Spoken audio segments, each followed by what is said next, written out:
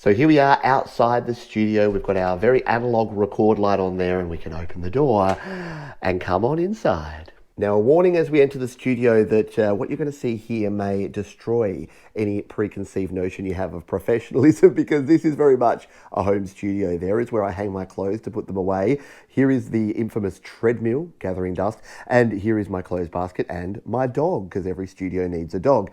But here is the main control station. This is where I spend most of my time creating audio and video. There's going to be links down in the description to all of the gear that I'm going to show you here today. But I wanted to say up front, you do not need all of this gear. I did this channel and made good music with about 20% of this gear. In fact, I have so much now, I've started getting rid of and selling off some of my gear so that I don't have as much. But with all that being said, let's jump in and I'll show you around.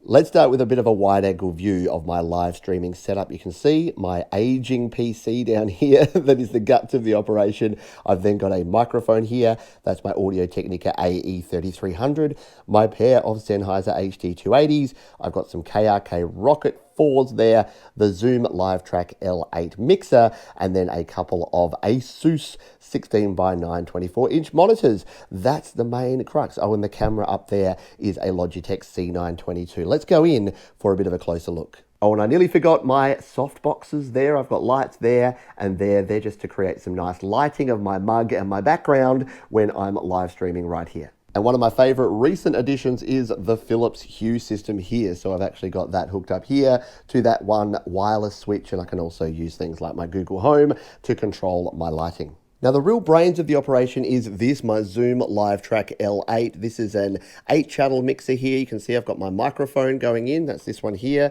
the Audio-Technica AE3300, a very nice condenser microphone. Again, links in the description, but this controls everything. My microphone here, I've got a couple of channels here, a stereo channel for my iPad to come into, which I'll show you in a moment. The actual PC itself comes through on this channel, and my master fader, and of course some effects there if I want to add those in. So this is a multi-channel mixer, interface, and recorder. I actually love this thing, and ever since I've had it, it's been my precious. So this is what controls all the audio that you hear, except for right now, because I'm just going through my headset mic, but any other audio is going to be processed through this baby. Headphones, there's the Sennheiser HD280s. I've talked about those before, and I've got videos about those linked down in the description, and they just plug into one of our headphone out. We've got 4 headphone outputs on this as well, so that's great. You can create sub-mixes that come out of there. Now, there's also plugs directly into my speakers. They're not plugged in at the moment because I've been using my headphones, but I've got the 2 KRK Rocket 4s. Let's just zoom up a little bit there. There's one of them there. They're very small speakers, and before anyone says anything, yes, they are in terrible positions for a listening environment. That one's blocked off by my iPad, and this one's blocked off by my speaker, and they're not in the right place and all that jazz. So yes, I understand that. I only really use them for very light work. Most of my stuff is done mobile, and yes, I'm sacrilege. I use headphones for a lot of mixing and mastering, but it's okay. It's all right. We do fine. So that is the Zoom LiveTrack and my speakers, the microphone as we talked about there, and my headphones. Let's move on around here. I've got a pretty basic keyboard, the old Microsoft keyboard. I love this mouse though. This is my Logitech soft touch mouse. That's very cool. But you probably want to see this gear over here, yeah? This is where the mobile side of the setup comes in. My iPad Pro 2020 and my Steinberg UR22C. Let's jump over there and take a look. So this is what makes my home studio a little bit different and more of a mobile studio. And it also helps me create the tutorials that you see here on the channel. I have my iPad Pro 2020 here. This is connected out via USB to a powered USB hub at the back there, which you can't quite see. And my Steinberg UR22C is plugged into that. So what I can do is plug in microphones and guitars into the UR22C. That connects to the iPad Pro. I record my screen recorder footage directly from here, but the audio also goes out of my Steinberg right back around to the Zoom LiveTrack, so it records my mic and the audio at the same time. So that's kind of the secret sauce here, is that if we come across here, it's all plugged in through the Zoom LiveTrack. So I can record one set of audio there through my PC, and it's recording all of the audio from my interface that I've got plugged in there,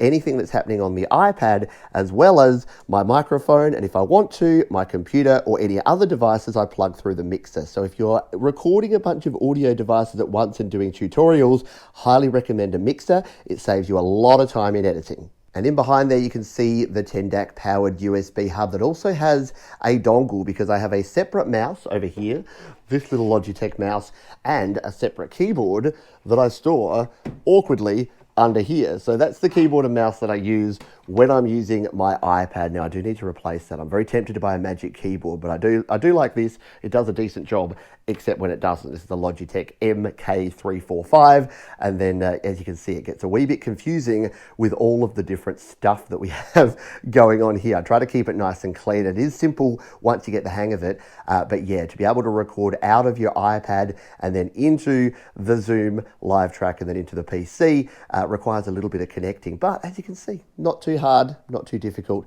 and it really does help. It means that I can record a video every day and get it edited and out pretty much within 24 hours. Now you've probably noticed down there I've got an Amazon Echo Dot, I've got my old iPhone 6S, and I've got a wireless charging. That's where the phone that's recording this video, my iPhone 10s, is usually sitting. So that's the crux of my gear there. But while we're here, why don't we have a look around at some of the other gear that I have here. And again, keep in mind, you don't need all of this. This is just some of the options. If I wasn't doing this channel, there's no way I would have as much gear as I have. But there might be a few things in here I could talk about, and I'll let you know why I have them and why I've used them in the past as we go.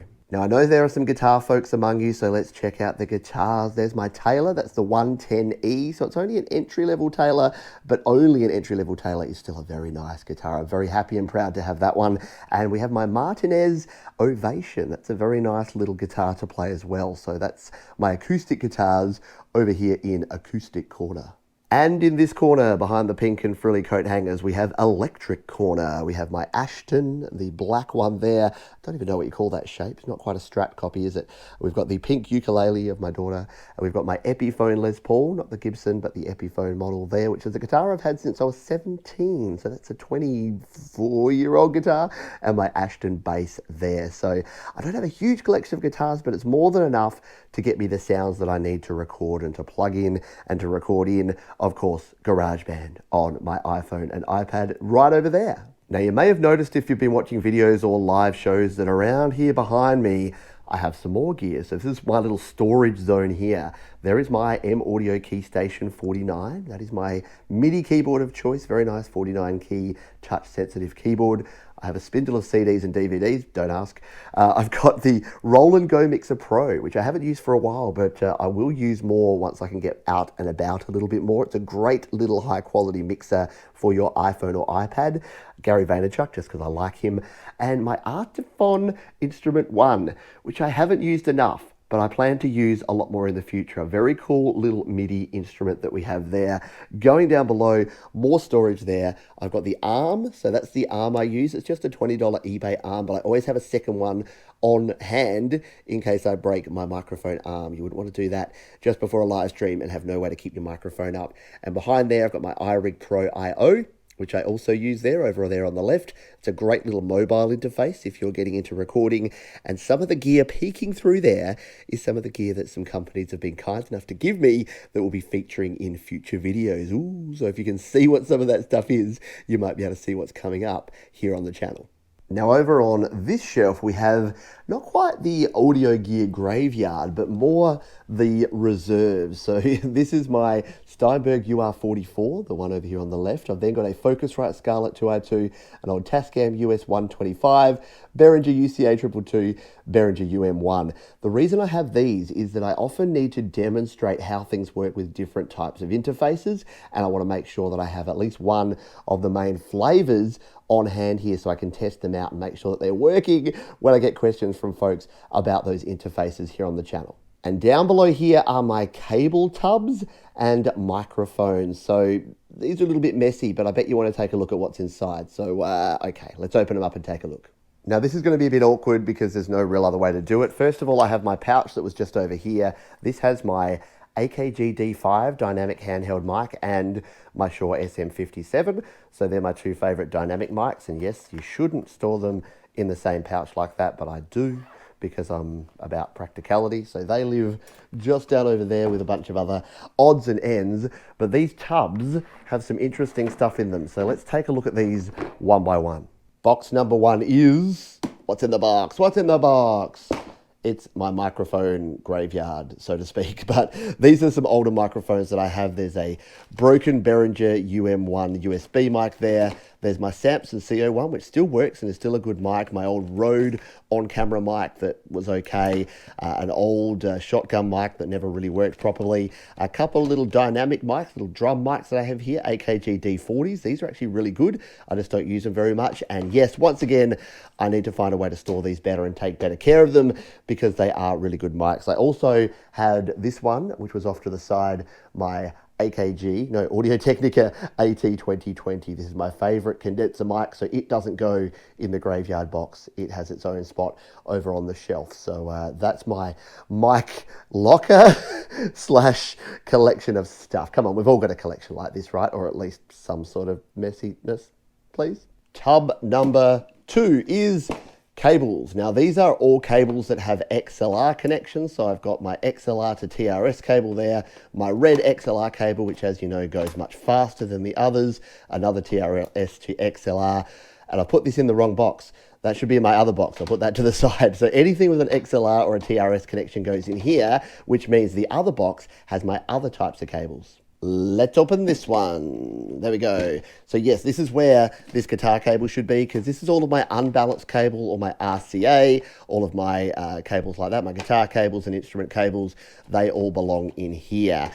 So that is all of my analog cables there ready to go. I have more cables and more gear that's over in the drawers over there. So let's come over there and take a quick look at those. Okay, so I'm not feeling great about those tubs, especially the microphone tub, but hopefully these drawers are in a bit better order. So here's my top drawer. This is sort of an array of things. My spare pair of Steinberg UR HD 280s. HD 280s are there. I've got Velcro things because I like to wrap up all my cables and things with Velcro. Another packet of that there. A pair of my favorite headphones over there, which I'm actually using. I'll grab these out because these are what I'm actually using to record this audio just through these earbuds, my JBL Endurance Run. They are a great budget pair of headphones if you're looking for some. I've got links to a video I did about them down below. And of course, what everyone needs in their home studio is a Game Boy for playing Tetris when it all just gets too much. A few other bits and bobs in here. The only ones of interest are probably this little tub, which has my first ever USB audio interface, the Digitech USB audio interface, doesn't even have a name.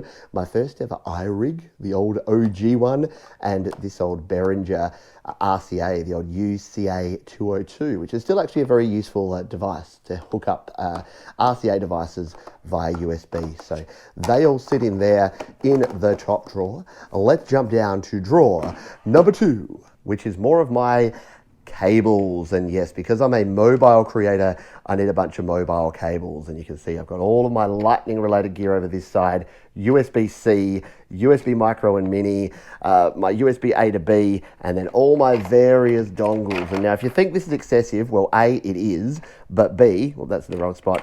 B, I've been collecting these over like 20 and 30 years. So some of these would be 20 and 30-year-old bits of gear. I do need to go through them at some stage and test, and any of these that don't work need to get destroyed. If we come out a little bit further, we've got some other gear back here, my USB to MIDI converter kit there, and my Tascam IXZ, one of my favorite little analog interfaces here, which has a mic pre and a guitar input there, headphone jack.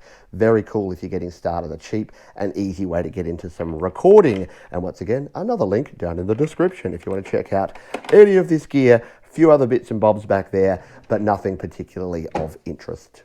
And finally, the bottom drawer. And yes, a lot of bits and pieces just get thrown in the bottom drawer, don't they? So this is my guitar drawer. So I've got, guitar and piano. I've got a couple of sustain pedals there. The Boss DS1, because every studio needs a Boss DS1. My guitar cleaning gear, a little Mua guitar processor back there. There's a Jimi Hendrix wah under there somewhere.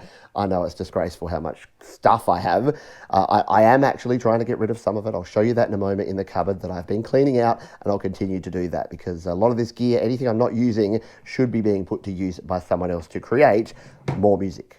I've been talking so long, all my screens have just gone blank. They're like, we're bored, and your audience probably is too, Pete. But before we finish, let's do a couple of things. I'm going to show you what's in the bag because I'm a mobile creator. I've got some mobile tools that I take with me on the go, and what's behind door number 1.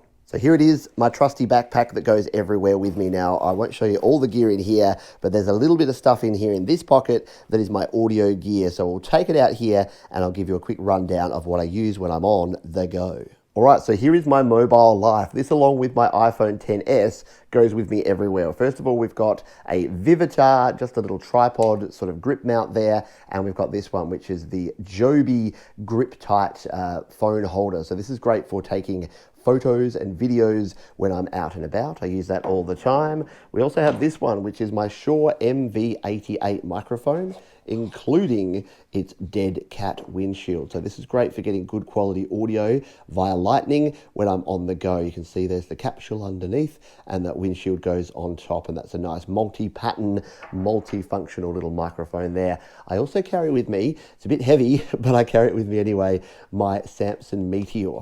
So this is a little USB microphone, and I also carry with me its cable and a Lightning to USB 3 adapter. Don't leave home without those, because anytime you need to hook up any sort of gear, any USB gear to your stuff, just focus that, you need that one as well. And there is the little microphone, the little guy there, that does a great job there. So that means that I can have anything connected up, and then of course, to connect things I need a couple of Lightning to USB cables, which I take with me, and over here, my Romos OM10. This is a 10,000 milliamp hour battery. It's got two USB ports there and can charge via USB, micro USB, Lightning USB, and USB-C. So yeah, it makes it super handy and convenient. So all that gear is in my backpack, ready to go, so that if I'm on the road and I want to start creating, I can do that while I go. Okay, it's time to go through the door. I don't know why I'm knocking, it's a cupboard. Let's come in and take a look. So we're just going to have a quick peek in here. There's all of my clothes and my wife's clothes. You don't really need to see any of those. But down here, this is all the gear that is ready to be offloaded. So I'm going to chuck this all on eBay in the next week or so, and hopefully people can pick up some good gear at some good prices. I generally just throw a 99-cent reserve, and whatever it sells for, based on who wants it and what they want to pay. So hopefully that's a fair way of doing things. I don't want to gouge people, especially at this point in time. Over here, I'm selling these couple as well. That's not them audio. That's my E-Keys 49 and my Korg micro keys. Behind those, if we move some of my hockey jerseys and jackets out of the way, I've got a few mic stands, about 3 mic stands in there, 2 different tripods that I use for my cameras and things. So there's not really much of interest to look at there. Guitar case for my Les Paul. That's about all that we have there. But you might be asking, do you use any other cameras, Pete, apart from your webcam and the iPhone camera you're using now? Well, I'm glad you asked. I do, but I use it rarely, and it's in this drawer here. No, it's not, it's on top. It's this one here. Let's open it and take a look, because this is the camera that I should probably use much more than I do. Yes, it's my Canon EOS 700D, also called the Rebel T5i. It's an entry-level DSLR, but it's a very nice camera. The reason I don't use it that much is that I have to put an SD card in it. I then have to record. I have to do all the settings. I then have to take the SD card out. I have to transfer it over to my iPhone. You know what? This video wouldn't be out today if I used this. It would look slightly better, but it wouldn't be out today because I would have had to do a whole bunch more editing and transferring. But yes, for my more professional videos, I probably should use my DSLR a lot more often. So there you go, everything you wanted to know about my home studio setup here at Studio Live today, and probably a whole lot more. If you've got any questions, please drop those down in the comments. You'll also find some links to all of the gear that I showed in this video there, and at my gear guide, studiolivetoday.com/gear. Thanks for watching. I'll see you next time.